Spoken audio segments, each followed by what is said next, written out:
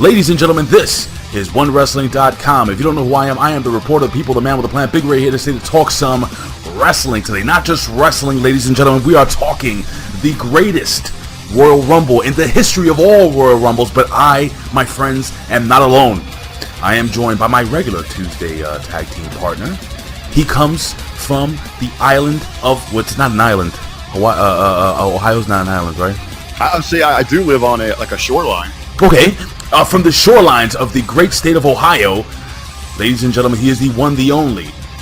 It's him, it's the BR, I don't know, why don't you do your gimmick, brother? Let me jump on here, you're trying to sneak off my gimmick here.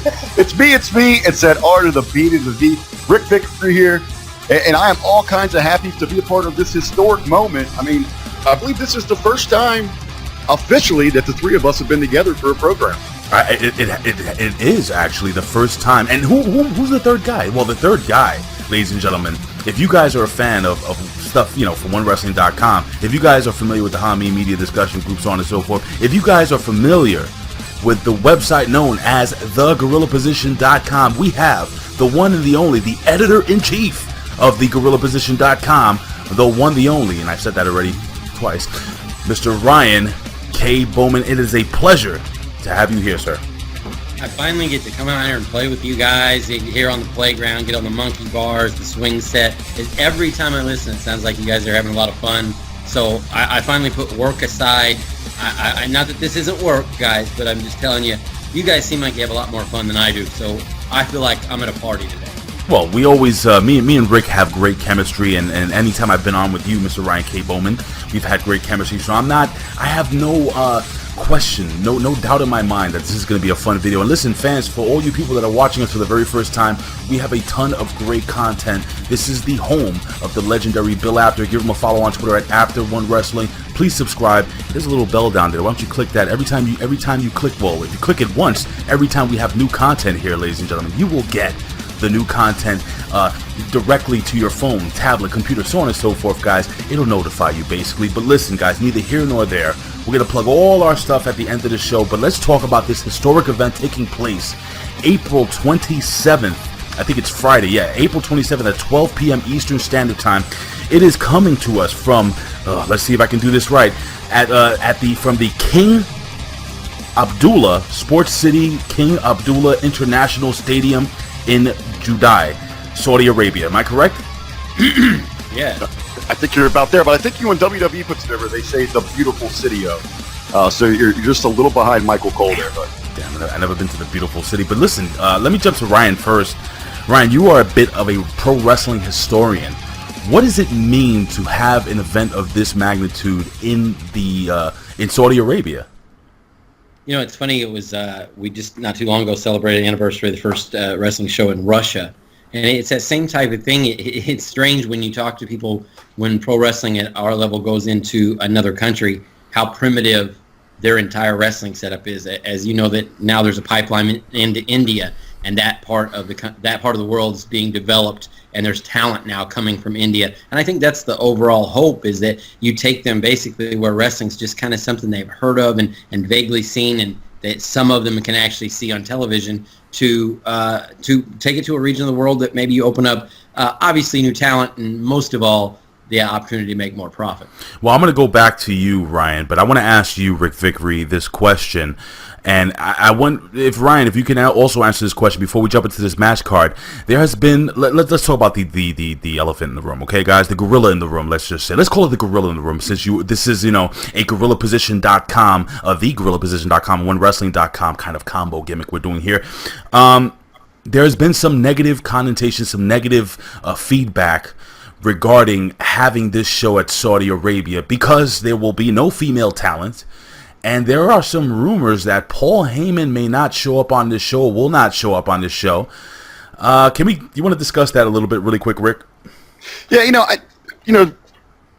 WWE is catching a lot of flack over, especially because they really push this women's evolution movement. So it puts a big target on their back for the fans to come out and say, how can you do something like this? I do want to start off by saying I'm not one, while I don't agree with maybe how they choose to live their lives, the laws of their land, I'm not really one that's going to try to suggest how another culture should handle themselves.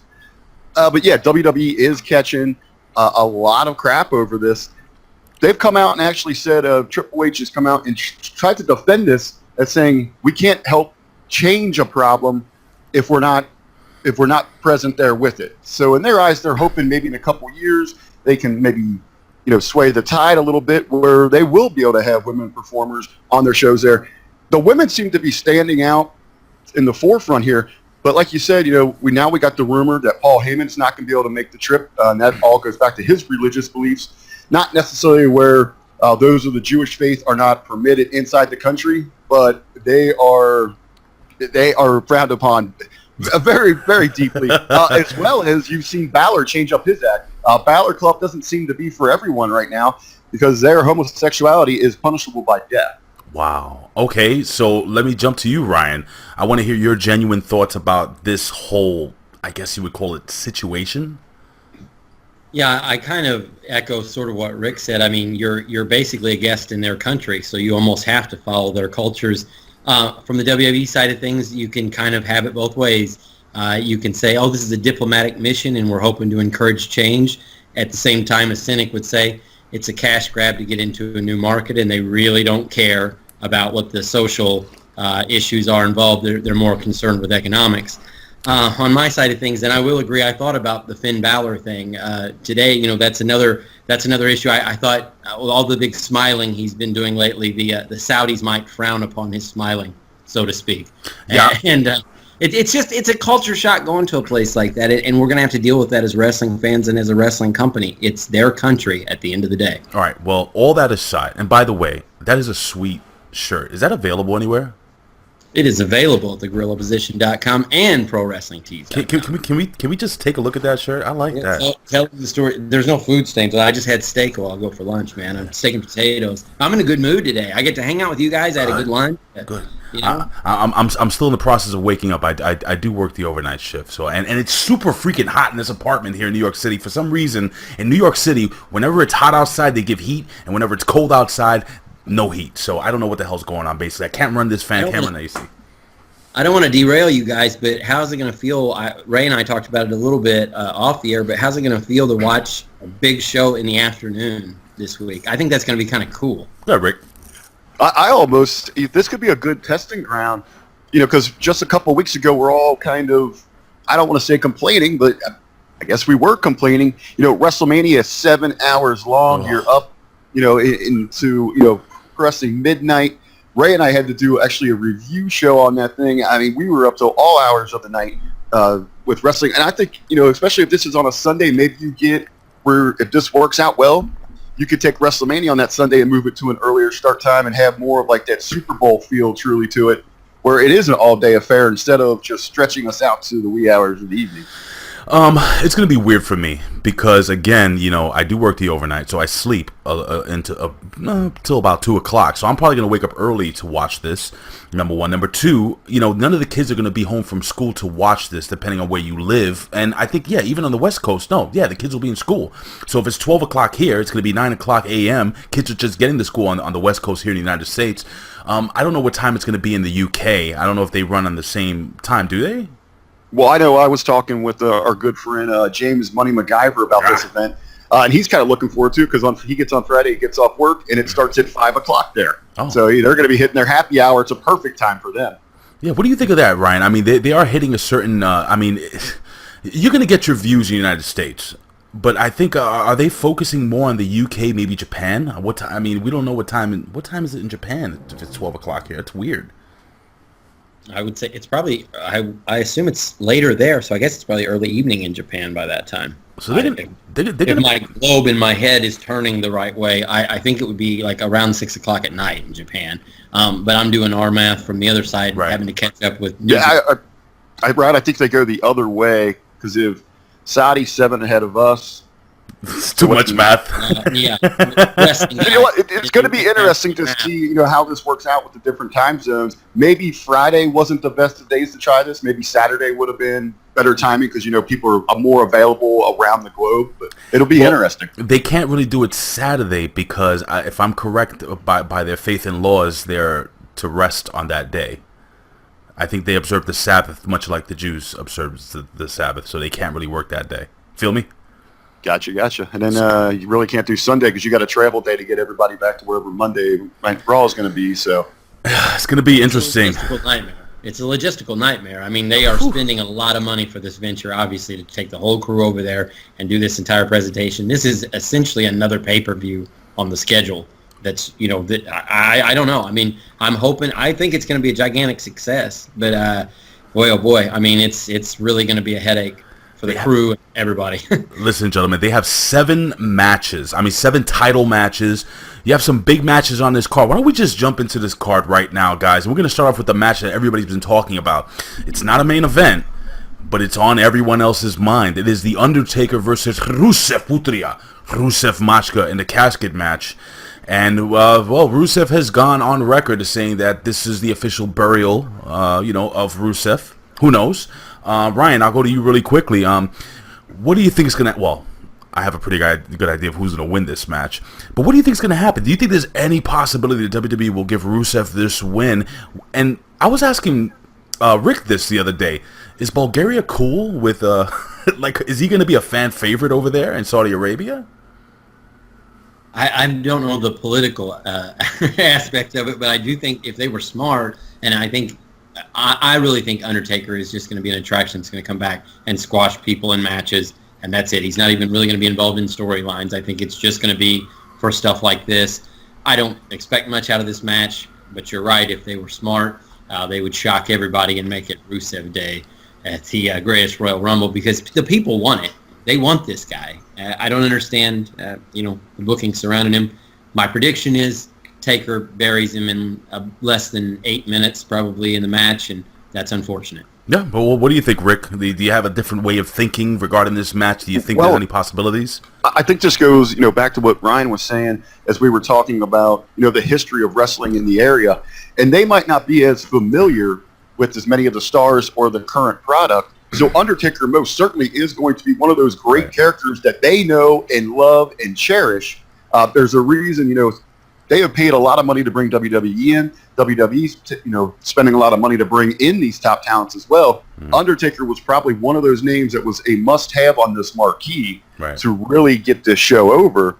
So I think this is, this is going to be like the spectacle like we had at WrestleMania. Mm-hmm. But like you said, Ray, we were talking yesterday. What's really intriguing to me here is, now we know Rusev Day, it's over big time in Western culture. Right. But is that going to relate to them? Are they that familiar with it? Do they really care about it? Yeah. And WWE, they continue to push him in that heel role. It's almost as if they don't want to embrace the fans' true love for him. Almost because, it's one of those things that we always speculate about because they didn't create it. It was more organic. Right. So, maybe this is a way that they can kind of highlight, if he gets no reaction here, it kind of lends, credence to this is why we keep him as a heel. Right. But the match itself, I think we're all in agreement. Taker's going over here, and this thing could go down just like WrestleMania. The entrance is going to be twice as long as the actual match. It could go 2.5 minutes. And you're going to end up, I believe, with English and Rusev stuffed inside that casket.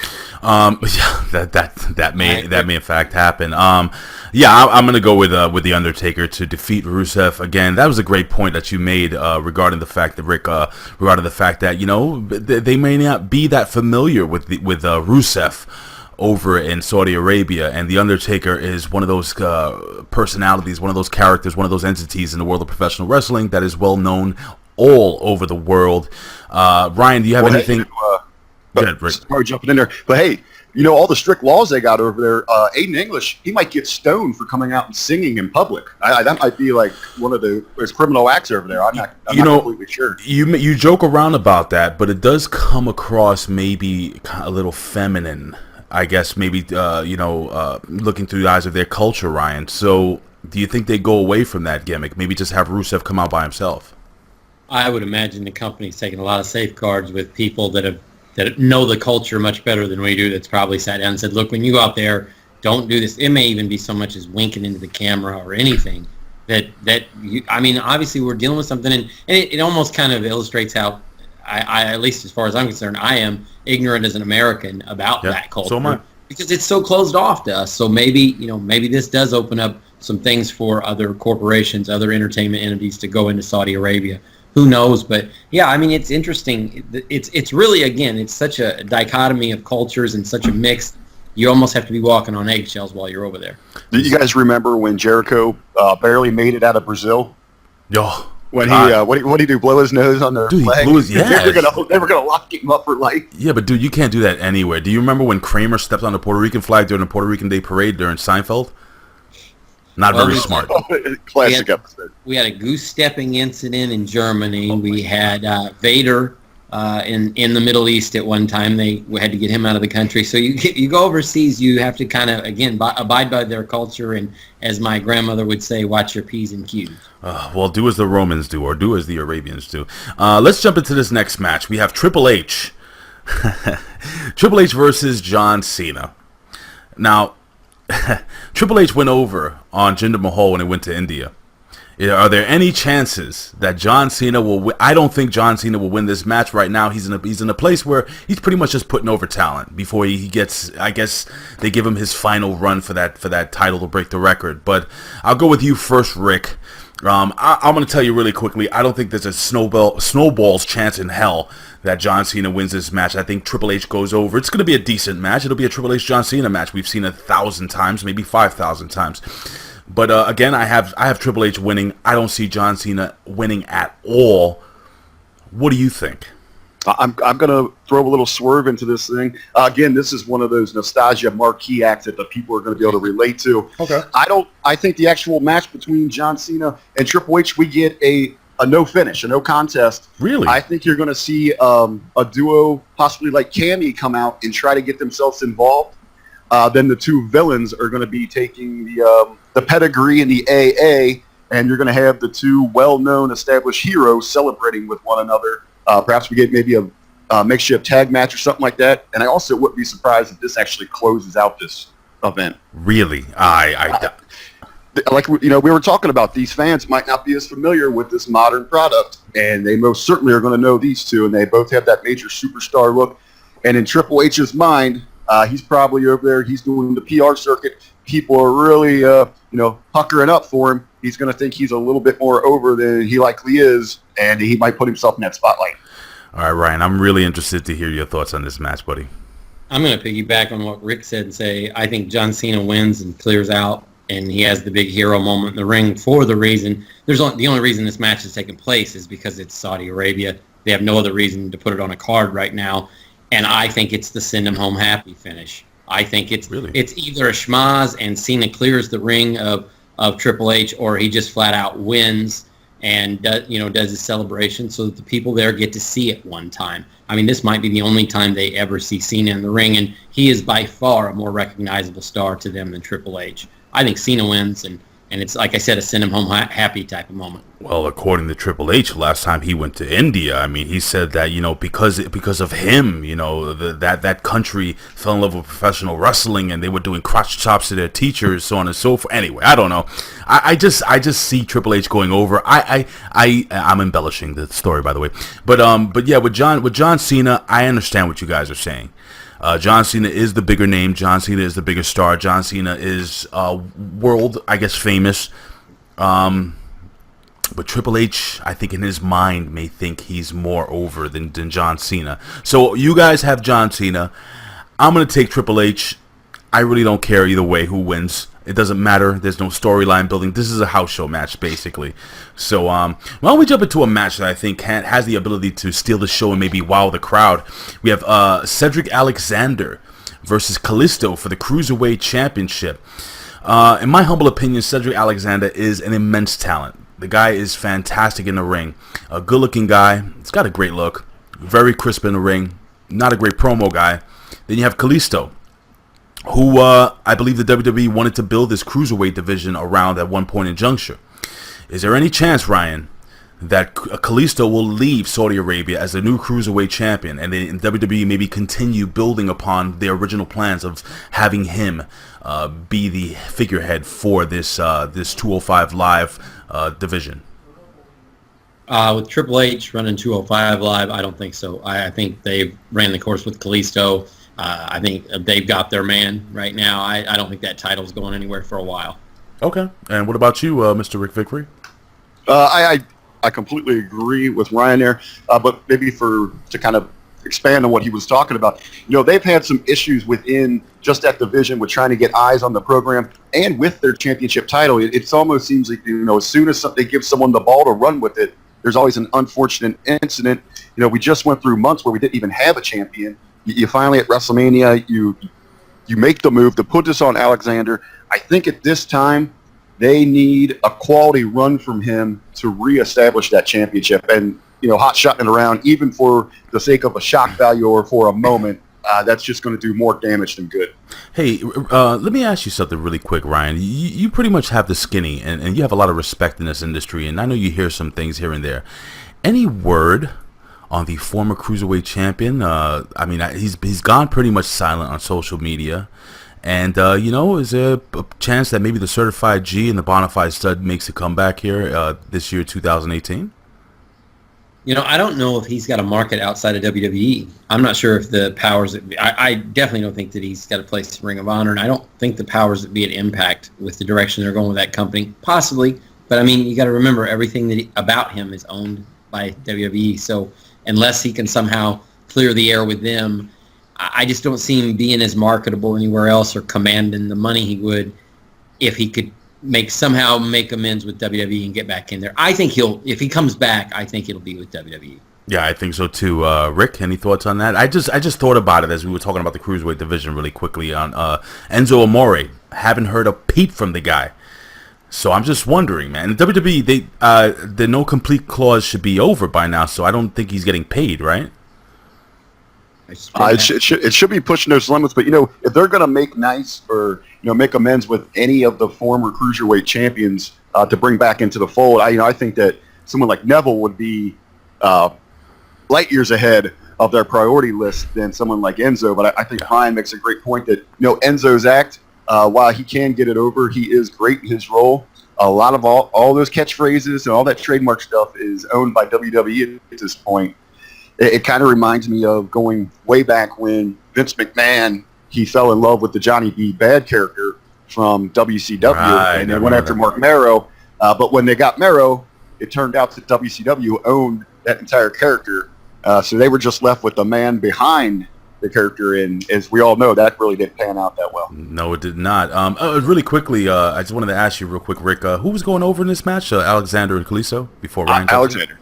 I agree. Hopefully, this ends the curse of the Cruiserweight division. Like Rick said, they've been just stung by some champions, bad luck, whatever, injuries, all kinds of stuff. I think he needs a good long run, and you solidify things there. Absolutely. I agree with you 1,000%. I think the Cruiserweight division is moving in a more positive. I've watched a couple of episodes. I've never watched anything from 205 Live, and I've enjoyed it quite a bit.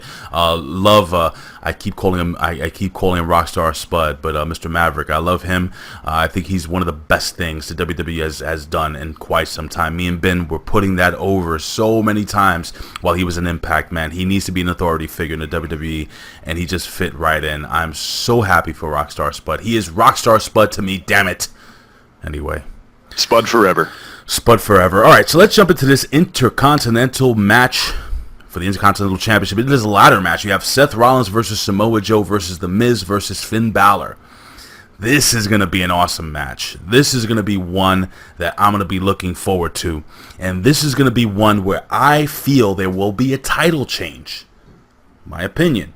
I'm going to jump to Ryan first. Ryan, who do you think goes over here? Why do they go over?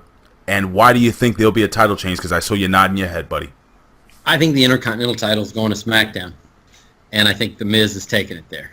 I think it's his belt. He's got the chance to set the record. And I think you got to put a title there. Put the two great belts on the same show. You got the WWE title, the Intercontinental title, both on SmackDown, and put it on our guy, The Miz. Come on. Oh, God, I agree with you so much. Rick, your thoughts? I agree that we need to shake up the shake-up and switch the Intercontinental and U.S. Championship around. But I am going with Samoa Joe. I think he would just look so good with some gold over that shoulder. He is hitting it on all cylinders right now. And the only reason I would be hesitant right now to go with The Miz, because he even made mention when he was, hyping this match the other day about how he's going for history. He's going for the most reigns, the longest combined days. I would save that story until you have Jericho for an extended period of time and let those two work that program over the Intercontinental Championship. I think that's your bigger payday there. But to do the swap out there with the titles, I'd put it on Samoa Joe. Really build up some steam in your mid-card for your mid-card championship on SmackDown right now. I'd be good with that. I got to tell you, I agree with Rick 1,000%, man. I was thinking about the Miz before we actually started shooting this video, and as I was looking down the list of matches and stuff, and this is way before we even spoke about this match. Somewhere around the Triple H match, I said to myself, man, Samoa Joe needs to have a championship. He doesn't need to have a championship, but it'll be great for him to have a champion. He's one of those guys that make the title. You have some guys that the title makes them, and you have some guys that make that title. The Intercontinental Championship, I think, over the last few years has grew in prestige again. I think it has become an important title again. Even the U.S. title has become somewhat important. You have Jeff Hardy. Jeff Hardy's over on SmackDown with that title, though. Isn't that right? Correct. So, all right. Well, let's just move into that match then. Okay, so it makes all the sense in the world that the Intercontinental title, as you were saying, Ryan and Rick, would come over to SmackDown. Makes all the sense in the world. So let's jump into the next match where we have Jeff Hardy versus Jinder Mahal. Jeff Hardy, listen. Wait, Jeff Hardy is he's Raw. Raw. The title's officially on Raw now, I believe. I think they're both on the Raw roster. The shakeup's got everybody shook up. Hardy is officially on the SmackDown roster, but because the title switch happened on Raw, Jinder is still entitled his opportunity for a rematch. So this is a dual inter-promotion contest. Right, but okay, so Seth Rollins is on Raw. I got to make sure here. Right. Yeah, Samoa Joe, The Miz, Finn Balor, all on SmackDown, correct? No, Finn Balor's on Raw.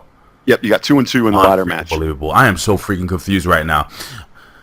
Anyway, too much at one time. You had WrestleMania, the shakeup, and now the Saudi thing, and it's just too much going on. Honestly, I sat today and looked at this was just too much within the span of 3 weeks. Holy mackerel! All right, but look, we have a great match in Jinder Mahal versus Jeff Hardy. Great match. What are you talking about? Listen, guys. The fact is, I think Jinder Mahal's awesome. I love Jinder Mahal. I am a Jinder Mahal fan, dude. I love his look. I love his character.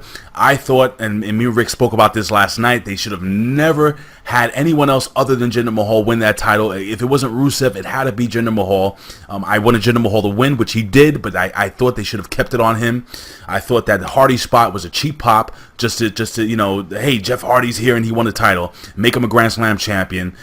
That was why they did that. But I think Jinder Mahal wins this title in Saudi Arabia. I mean, he's Indian, but I guess he does the whole Saudi gimmick. I don't know. Rick, your thoughts? I have Jinder going over, taking that strap, buddy.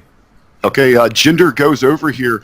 Post-match, he grabs the mic and cuts a promo about how Western society was jealous that Saudi Arabia got the greatest Royal Rumble ever, but they're also jealous of him being from India because, just like the audience there, he is an outsider from the traditional WWE fan base. So we get a little heat between the two different groups there, where Jinder's got to come, where they do the regular touring in Western society. That's going to get more heat on him there, or when he's traveling there. But in Saudi, it might be a nice little pop. It might be something that is seen as a fan favorite going over. He turns the crowd towards him. Just a little twist, but I'm going just hoping that Jinder wins this thing. Interesting. Ryan, your thoughts, buddy?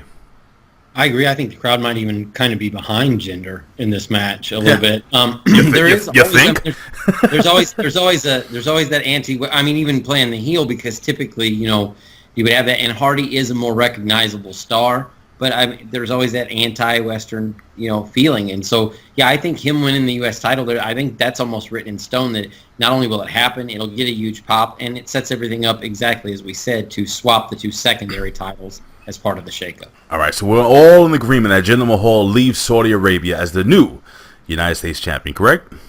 Yes, and the title moves to Raw. Very cool. All right, so it makes sense. It all makes sense, guys. It all falls into place. But again, ladies and gentlemen, the card is always subject to change. The card is written in pencil, and who are we to know? The WWE hires great writers, to write these storylines. But if I think, as wrestling fans and reporters and people that know the business more or less in and out, and who work with people in the business, WWE, it's probably best to do. I'm just saying. Anyway, we have the Bludgeon Brothers versus the Usos for the SmackDown Tag Team Championship. And Ryan, I don't think there's any chance in hell the Usos walk away with these titles. Your thoughts? I think it's almost written in stone after what we saw this week that not only do the Usos get beat, somebody gets hurt, and there's a good chance the little lady's in the middle of all of it. Well, no, she's not allowed. No, she can't be. That's right. How are we going to play this out? She's going to have to be part of the storyline when the hubby gets hurt somehow. It's got to be, but I got to tell you something, Ryan. That's right. She can't. That's crazy. That's Yeah, crazy. I know. Now, I sense. can't even use real logic now because The Usos are going to be without their greatest asset.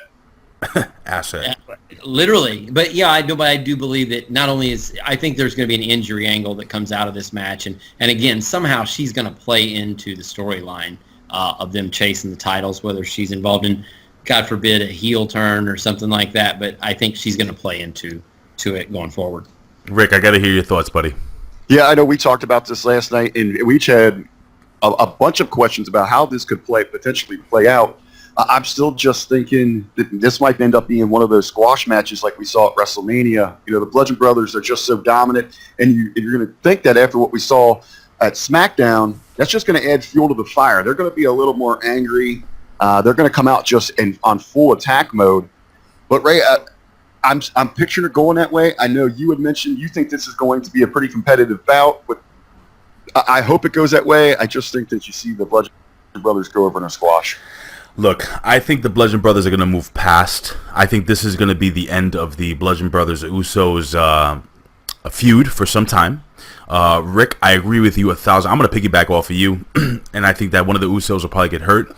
Maybe give him some time, a little off, a little TV time off or in-ring time off. Maybe do some vignettes along with their beautiful, Jimmy's beautiful, not their beautiful wife. That would be, I don't think it's against the law. Two brothers marrying one woman. But anyway, I think it's going to be, I think the Bludgeon Brothers are going to start moving towards that feud with the Hardy, against the Hardy compound with Matt and Bray Wyatt. Broken Bray and Woken Matt eventually. So, I know that Matt is looking to go on an expedition, of gold, and I think that's going to happen sooner than later. I was hoping they would hold it off till SummerSlam, but I don't think that's going to happen. I think the Wyatts or the Hardys will win that. Go ahead, Rick. Well, you were talking, the Hardys, maybe Hardy and Wyatt not being bound by brands where they could go after the SmackDown Live Tag Team Champs, but could Sanity come into play here? We're still waiting for them to make their blue brand debuts. Ryan, are you excited about Sanity coming over without? I forgot her name. Ruby, not Ruby Riott. Gosh darn it! What's the young lady? Nikki Cross. Nikki Cross. I'm sorry. Actually, I kind of really thought that was an act that was going to probably die in NXT. I didn't really think they'd make that jump. It just seems to me like that seems to be the trend in wrestling now, is these oddball characters, these like almost goth and dark sort of characters now, and so WWE has to get their quote on that as well. I'm not not really turned on by the whole gimmick, to be honest with you. Okay, I'm not a big fan of it either. Then again, I'm more of an EC3 guy. I mean, that's why I started really watching NXT again. I think EC3 should be a future WWE World Champion. I love that guy so much. Everything that he does, everything that he is, the way he looks, everything. I'm a huge fan of Mr. Ethan Carter III. Anyway. One of the greatest interviews ever. Yeah. I've done 3 times with him, and it's the most entertaining, fun. 20 minutes goes by, and it feels like it's 2. He is going to be great on the mic when he gets to WWE. How can we find that interview on the Gorilla Position?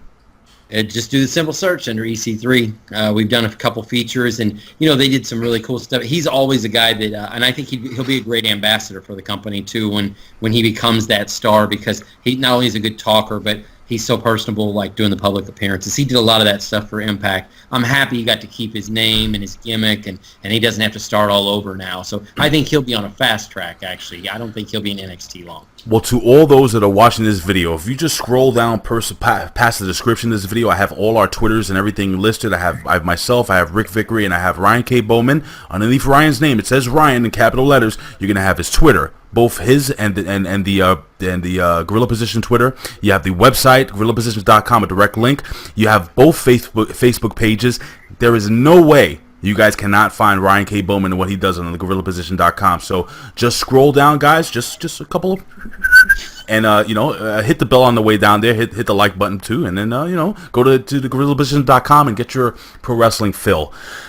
Okay, I said that all in one breath. While you were plugging me, you forgot to throw in an award-winning Miami Herald feature writer, Ryan. But, we'll just leave that for the next episode, man. It's fine. It's a long list of accolades, brother. And apparently...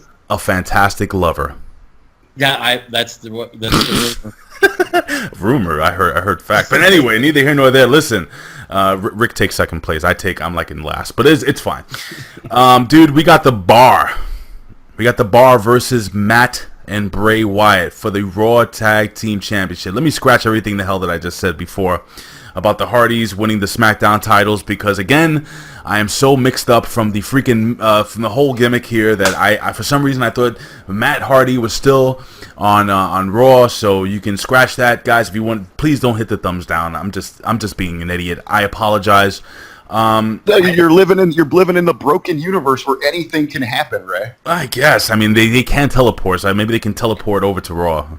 And with the cross-branded pay-per-views now, anything can happen. Well, they're all going to be on the same shows. You know, if you are on a true expedition of gold, then you would want both titles, wouldn't you? Huh? Anyway. Hey, let's see him show up in NXT and go after Undisputed Era. Even though that tag team of Braun Strowman and Bobby Lashley would be absolutely unbeatable. Nobody. Yes. No. Listen to what I am saying to you. Nobody would beat the team of Braun Strowman and Bobby. That is the scariest thing I have ever seen in my life. I mean, you have to agree, Ryan. That was just crazy this past week on Raw. Yeah, Bobby lifted him up for that vertical suplex, and I went and popped some popcorn, and I used the bathroom, and I came back in, and I took just a couple bites, and boom, then he dropped. I mean, it seemed like he held that vertical suplex forever. He looks great in his comeback. Oh, my God. Bobby Lashley is just one of the best things in pro wrestling. But Ric Vickery. We have the Bar versus Matt. Woken Matt and Broken Bray for the World Tag Team titles over at Raw. Do you think there's any chance the Bar will leave Saudi Arabia with their title? I don't think so. I think there's zero chance, but I will give WWE credit here for possibly teasing the Bar's chances. They did make mention in their promo package this past week that if they win the Raw Tag Team Championships, they're out. They don't have to stick around on SmackDown anymore. They'll go back to the Red brand. So they did tease that. So they kind of planted the seed of doubt in your mind. But that's very, very slim. I'd say it's a 99.9% chance that Hardy and Wyatt take these things. Wonderful. What do you think, Ryan? I have to agree. Now, I honestly, I thought the whole woken, broken, whatever thing was going to be a flop in WWE, but it seems like the pairing with Bray has given it a whole new set nice little jolt to it, and I think that it's helped Bray out a lot. They could end up really having a little bit of magic here with some real life magic to go with all the unbelievable magic. Wonderful. Yes. Anyway, I'm just a big fan of Matt Hardy. I've been a fan of the Hardys in general from way back. I mean, I remember watching them. I think it was in TNA. Was it TNA? Yeah, I think they made they came out in TNA one time, and I thought this team was like, wow, these guys are awesome. I'm not TNA, ECW. I am freaking all over the place. Why am I thinking about TNA? I remember when I first saw them on ECW, and I was like, wow, these kids got it. These kids are awesome. They came over to the WWE, and I've been following Matt and Jeff for decades. And to be honest with you, man, the Matt Hardy character, the broken Matt Hardy character, again, I've followed it since its inception on TNA Wrestling. I think there's so many different ways, and I told Rick the only thing that bothers me is that I know that this team is going to eventually break up, and Broken Bray is gonna maybe grab Bo Dallas and make him his brother Nero, and where's that going to leave Mr. McGillicuddy or Axel or whatever he wants to be called nowadays? Should be Henning. Just so many different fun things you can do with this. The only thing I worry about, I don't know if you guys noticed this, but more and more, Matt is limping to the ring. If you guys don't know, Matt had some issues with his hip, and he was working limited in ring. He's doing more character over in TNA, but with the travel and the bumps and everything like that, he's limping a lot more, and I think it's more and more noticeable. There may come a time where they're either going to have to take him off TV for some time. So is this the time where Bray Wyatt becomes that Broken Bray character, maybe taking Matt Hardy out, maybe him being off of TV for a month? I'm thinking, talk about predictions. We're talking about way ahead. But do you think that's out of the question, Ryan? No, but I tell you the one thing. It's so funny when you talk about the TNA stuff they did. The reason I always worried about the gimmick is you can't really explain why that worked. The total deletion and the ultimate deletions. Oh. I tried to explain to people, like, I'm a wrestling traditionalist, and even I was like, this is just so weird. I love it. I don't know why, but I just do. And if they can capture that, he won't have to take bumps. He can do a lot of vignettes and things and take advantage of that comedy and that surprise element of it. I hope that his career's not over, because he's gotten a second life with this whole gimmick, and it would be nice to see him play out the string. Yeah, I agree. Do you have anything to close out with this? By the way, Ryan, so who do you think goes over here, by the way, in this match? Oh, I think that Matt and Bray are definitely, I think they're on a hot streak right now, and they're going to keep that going. All right, I agree. So they're going to win the titles. And Rick, you agree as well, and close it out here with this? I'm with you guys on this one. All right, very cool. Very, very short and sweet, man. Just like Fame Black. You ever met Fame Black? He's short and very sweet. Anybody? No? All right. Anyway. I haven't had the pleasure. He's awesome. Awesome guy. Anyway, I don't know why I just put over Fame Black. Whatever. AJ Styles and Shinsuke Nakamura for the WWE World Championship. I almost cursed. I freaking hate Shinsuke's new freaking intro music. You're supposed to hate it. I know I'm supposed to hate it. I actually looked. If you go to YouTube right now, WWE put out the official video for it, and I cannot stand it. I hate it. I know they didn't want the fans to sing along with it. It shouldn't be a big deal, but it is to me. All right. I've been following Shinsuke Nakamura since Wrestle Kingdom 8 or 9, and the guy's just an immense talent, super charismatic. I am happy as all hell that they happy as all heaven, because hell's a bad place. I'm happy as all heaven that Shinsuke Nakamura is now a bad guy. Ryan K. Bowman, do you think there is any chance AJ Styles leaves Saudi Arabia with the WWE World Heavyweight Championship, sir? I do. I do not think it's going to be the time to switch the titles yet, although I did write a couple weeks ago, I'm with you, coming off of Mania, I wrote a column called Vile Vibrations, and I said that this was the move. Nakamura had lost steam. They needed this move. He needed this move. And he has elements about his character and his natural personality that's easy to hate. I think that he has a great showing. I think AJ is the one world champion that I believe they will run with for a while, I think, because they know he can work a heavy schedule. He can work with anybody. I think they want to keep that belt on AJ through SummerSlam or into SummerSlam. I think he's leaving Saudi Arabia still the champion. I agree with you. And before I go to Rick, I'm just going to give my prediction. I agree. I think AJ Styles, who would have thought? Who would have thought AJ Styles, the phenomenal one? And by the way, you have this awesome article about AJ Styles. Can you put that over really quickly, buddy? Yeah, we just Sunday, Air Paris, who's a friend of mine and obviously one of AJ's old tag team, his original tag team partner. They've stayed close over the years. That's a WCW, when he used to wrestle WCW, right? Parade in WCW. Right. Cruiserweight tag, the short-lived Cruiserweight tag division. So Frank Air Paris is at the show with his daughter, and he's backstage with AJ, and I get a call from them backstage. He says, look, he's going to take my daughter in the ring. And which I thought was a really cool way of AJ acknowledging his old partner and where he came from, his roots. And I said, if it's okay with AJ, send me the pictures. and we got the story, and it just blew up. I mean, people loved that. And that kind of tells you, and Ray, we've talked about it before. I mean, WWE champion is a good dude. He's a champion at heart too. Real good dude. And so that was one of those ones I wanted to write. You know, it's not a scandalous. There wasn't a whole lot. You know, there wasn't a whole lot of meat to it other than, hey, somebody did something really nice, and he just happens to be a WWE champion. You know, and it was, for me, it was a thrill to get a call from backstage at WWE and go, hey man, this is going on, and we wanted to give you the story. So that kind of made me feel like, it made me feel, you know what made me feel like? Made me feel like Bill Apter. Bill, dude, if we can only always feel like, if we could feel like Bill Apter. Just for a minute. If just for a It's just he looked so good in that WWE vignette that they were paying respect to Bruno Sammartino. The comb over looked nice and crisp. It was beautiful. Yeah. But I got to tell you something. And all they have to do is go to the GorillaPosition.com.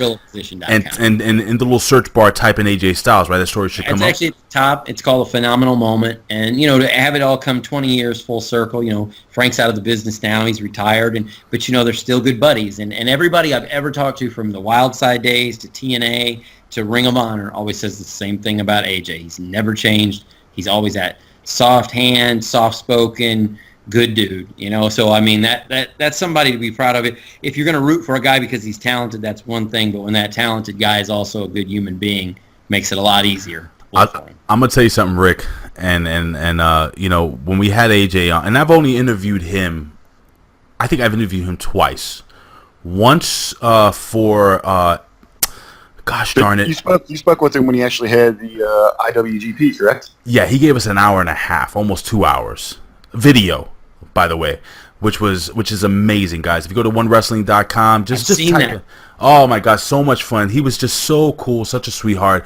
But he's always like just very open. Like I remember interviewing him for a podcast. I think it was I can't remember which freaking podcast it was. Anyway, it doesn't matter. Always available. Been around a long time, Ray. Yeah, a long time. Always available, always a gentleman. Ric Vickery. Do you think? And I don't think AJ Styles loses his title. Rick, do you think Shinsuke Nakamura walks away with the World Heavyweight strap? I'm about 60-40 on this thing. Wow. Because I think this program between these two, it's just starting to heat up. We're not even at that boiling point yet. So, you know, this early on, I'm not saying I wouldn't be completely shocked if we see a title change here. Really? But I do expect AJ to retain, but I think it's either going to be a confusing or a dirty finish. You can't have AJ get 2 clean wins in such a short period of time against Nakamura here, you know, as we saw at WrestleMania. We can't see that again here. We do have another pay-per-view in just a couple weeks. We need to keep that program hot for the time being. So this might be one of those that ends in complete confusion. But then again, if they're looking for a big moment, a big swerve, a big shocking moment on the show, I think this might be it for a title change. Wow. Just a heads up, Sunday night in Chattanooga, as we all know, the house shows are kind of a rehearsal. They did a schmoz finish, and then AJ hit the flying forearm, send the fans home happy finish to that match. So maybe that's what they do in Saudi Arabia. And this is why we have Ryan K. Boman on this show today, Ric Vickery. I'm just kind of, you know. Hey, it's the inside scoops. I guess, and I got to tell you something. I'm not putting you over because you're here with us, but seriously, guys, there are very few people that I name along the ilk of my Uncle Bill Apter. But Ryan, you remind me of a young Bill Apter, man. Shut up. All right, shut up. The respect, the way you report, and just the legitimacy behind what you write and what you do on your website. I'm not even kidding with you, brother. It's good stuff, man, and hopefully we can continue this partnership down the line. You're just top notch, and Bill loves you. So I appreciate that, guys. And you know, that's one thing is I'm lucky to get associated with people like Bill, like you guys. I always want to be associated with the people who do things the right way, as we like to say. And when I say the right way, you gentlemen know exactly what I mean. Oh, yeah, we know. Trust me, Rick and I both know. And Rick, the work that you do with Michael Jargo over at the Hitting the Marks Pro Wrestling Podcast. The best. Freaking amazing. Which you could also find. It's very simple to find by going to the GorillaPosition.com. Ryan has been kind enough to pick up our programming, and each and every time we're out there, he's got us featured over on his page. Well, listen, gentlemen. Let's stop putting ourselves over right now. Well, I've been putting you guys over. but I love doing it because it's the truth. I was going to put you over for the workout program, man. You're Slim Ray now. These days, No. Well, I'm telling you, you've been on it. I got to tell you something. I've gone from slimming down to increasing in size, but not in a bad way. I've gotten bigger, muscular, like wise. Like I don't know if you can see the guns here. They're growing here. You know, you got professional advice helping you out. Oh, I got. Well, you got to go to www.stevierichardsfitness.com, man. He is just the man. It's good stuff. Hey, listen, not for nothing. And I'm not joking, guys out there. I know we have a lot to discuss here, but the resistance bands workout, seriously, all jokes aside, that is a real deal, dude. And if you go to any of the weightlifting shows, like the shows like Mr. Universe, so on and so forth, they use the resistance bands to get pumped up before they go on stage. It's a really cool program. This is not an infomercial. I'm just putting it out there. It's worked for me. Just look at pictures from me when I got slapped by Ben Hameen on his Instagram. It changed my life forever, by the way, and I only paid $5. Dropped 40 pounds, got with Stevie Richards, started working out, and I'm still doing it. I worked out today, and my back is... I'm an old man. Listen. Ray, Rick does a similar exercise. He does resistance as well. He resists the urge to exercise. Well, I heard. I thought you were going to talk about those 24-ounce curls that I'm known for. Listen, it's very difficult for Ric Vickery because it's very difficult for him to carry two women in each arm because Ric Vickery is quite the ladies' man, from what I'm hearing. Well, no. Come on. Everyone out there knows that there is only really one woman for me. And that is obviously my precious Shar. Oh, Jesus Christ, whole foot face. Anyway.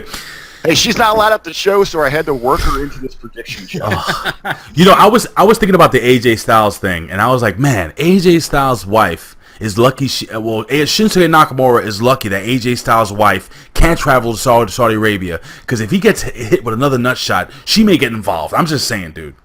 Too much. They already got how many boys? 4 or 5 now. They do. I mean, I think he's done in that category. Well, he may be done after working this program because he's taking so many shots in the moose knuckle. I don't know, man. I mean, it's just terrible, man. This poor guy. Sad thing is, he's on the road so much he can't keep up with where he's at half the time. So I know. It's at least it's funny because you think about that, and I've heard that from so many wrestlers' wives and people. And it's like, I might think, he's in Abilene one day and he's in, Denver the next day or something like that. It's crazy as you get to know some of the people in the business, just how insane the travel and the schedule is for them to even, and then they take time to talk to schmoes like us. Yeah, well, it's crazy. Listen, man, it's a privilege and pleasure. And you know what? Not for nothing. We've been talking for almost an hour. We're about to finish this up here. We have 2 more matches, and the last one, I don't know how the hell we're going to predict this. But let's talk about the Universal Championship, because this is a big one. Okay, you have Brock Lesnar versus Roman Reigns. Now, I'm going to go to you, Ryan, first, because I'm going to ask you a question. Since you do have a lot of the inside, I have been sweating profusely ever since we started this damn. It is hot as hell in here. Anyway, is Brock Lesnar signed to a long-term contract with the WWE? Do you know? No, I don't think anyone knows besides Vince and Brock and Paul Heyman, because I think he and Paul are a package deal. I think it's just through SummerSlam, and I think that my prediction for the Universal Championship match kind of hinges on what I think his contract status is, but I don't know, and I don't think anybody outside of the very inner circle of the company really knows. I'm gonna tell you guys something, and I'm gonna go to. I want Rick to give his prediction, then Ryan, okay? But I'm gonna give my prediction first, and I want you guys to feed off of that, or if you guys want to comment off of what I say. Everybody thinks that Brock Lesnar is going to lose the title. I don't think so. I've been saying this from what I've heard, from who I know that, all right, I know people in the know as well as you, Ryan. The contracts, nobody really knows exactly what the contract is, but I did hear the exact same thing regarding that it is extended or more or less allegedly extended into SummerSlam. I believe that is when he will lose the title. This is my opinion, okay? I'm guessing here, okay, from what I know. I think Brock Lesnar wins this match. I think he retains the Universal title, and I think it does something to Roman. I think we will see a different Roman Reigns when he comes back from Saudi Arabia. I can't tell you what's going to happen to Roman Reigns. I'm not going to tell you that he's turning into a bad guy, but I'm telling you this. We're going to see a different Roman Reigns, in my opinion, Ric Vickery, when we come back from Saudi Arabia. And after Rick, give your breakdown. I think Brock Lesnar keeps the title. Give your breakdown here, and then please pass it over to Mr. Ryan K. Bowman. Well, you guys, you're talking about some of your inside sources. Everyone out there knows, my professional background is in hospitality marketing. So I've got my own stooge working in catering. And what he's kind of picked up around the pork chops is that it is set in stone that Brock Lesnar is going to break CM Punk's record for the longest reigning champion in modern era history. Makes sense. And that's just, that's coming up here in a couple weeks. What's even more interesting about that is it happens right around the time of Money in the Bank, which just so happens to be taking place in Chicago. That is going to be one, for Vince, it's probably one of the greatest ribs of all time against, that smarky audience that always hasn't been very cooperative with him. I am going with Brock Lesnar here. And I do agree with you, Ray. If you go back to WrestleMania after the post-show video where they showed the recap, they cut back to Roman Reigns. He had kind of a moment with his family at ringside where he looked very disappointed. And then by the time he got to the top of the ramp to make his exit, he was just a very beaten down and disgusted individual. So maybe he is questioning his direction. Maybe we do see that change. What do you think, Ryan? I don't know if the thing about CM Punk will come into play as much. I mean, it is a great theory, but if you have the opportunity to cash in on tens of millions of dollars by letting Roman win the title in Saudi Arabia, I don't think they're going to hold back on that to get back at CM Punk. I think Roman is going to win the title in Saudi Arabia to get their one last shot to get him this giant reaction because he's going to get the big baby face pop there. And then I think SummerSlam is when he comes back home and vanquishes Brock to send him away to the UFC. I think that's the whole riding off into the sunset thing for everybody. I agree. So we all agree that Roman Reigns will not win the Universal title in Saudi Arabia. No, I think Ryan thinks he does. I think he does win it this week, and then he wins the rematch, the rubber match with Brock at SummerSlam. I think that's why he lost it at Mania. I'm gonna actually use a little profanity. Oh shit. Interesting. I think that's their shocker, is that the Universal title changes hands in Saudi Arabia. I think that's the only real shocker. But would it be a shocker? Everybody's expecting that, dude. Well, I mean, I think it's the fact that they're letting their title change hands over. I mean, that it would happen there is a shocker. As far as to the rest of the world, to us as wrestling fans, I don't think it is. But to USA Today and which is who they're looking for, to ESPN. What's the headline at ESPN.com and Bleacher? Ryan, you got a great point there. That's going to pick up such PR movement, and that image is going to be Roman holding up that new Universal Championship right on the front of all that press. And that's what they're going for, I believe. And then he gets his 2 out of 3, basically his second win in that 3-match series against Brock. Brock gets to go do his thing. Brock needs a little time to get off the gas, too, before he goes back and fights. Not that he's on the gas. Allegedly. I'm just saying. But if he would need 6 months to get back in the USADA program. I think he finishes up at SummerSlam, and we're in the Roman era. But he drives a diesel truck, though, right? It's diesel gas? Yeah, I believe so.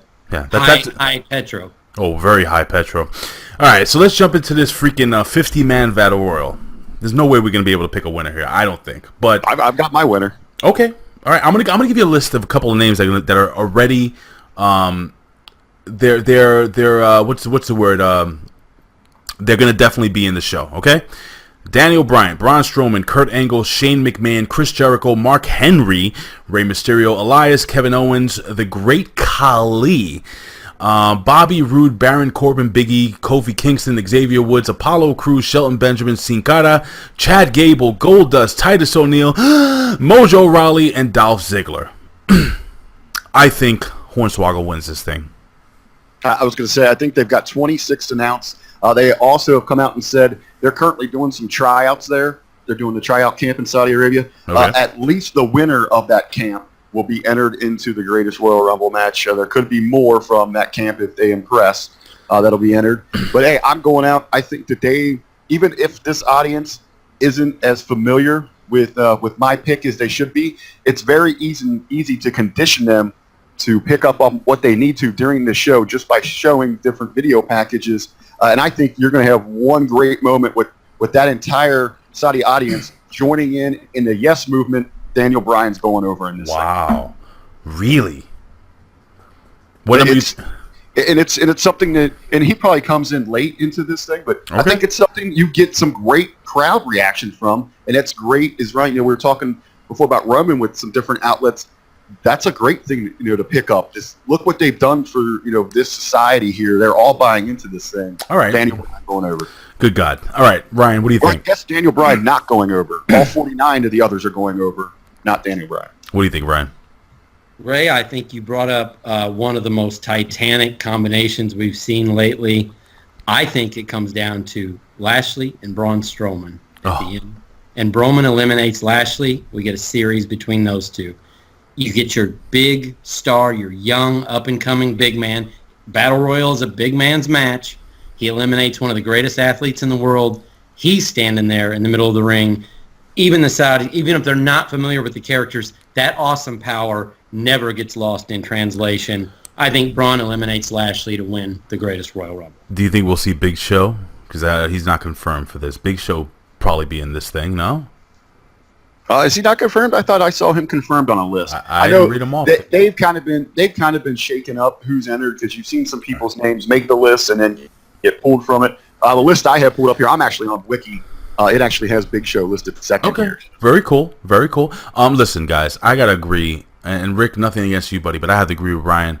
I mean, just looking at this, the second name on this list was Braun Strowman for me, and that stuck out, dude. This guy is. We spoke about this yesterday, Rick, and the 6,000 people that actually watched the video last night.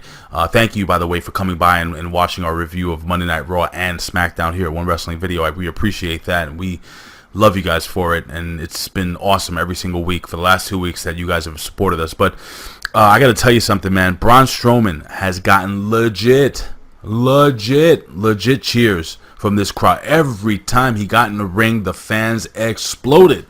Every time he's on TV, the fans explode. Every time he is in that ring, the fans lose their mind.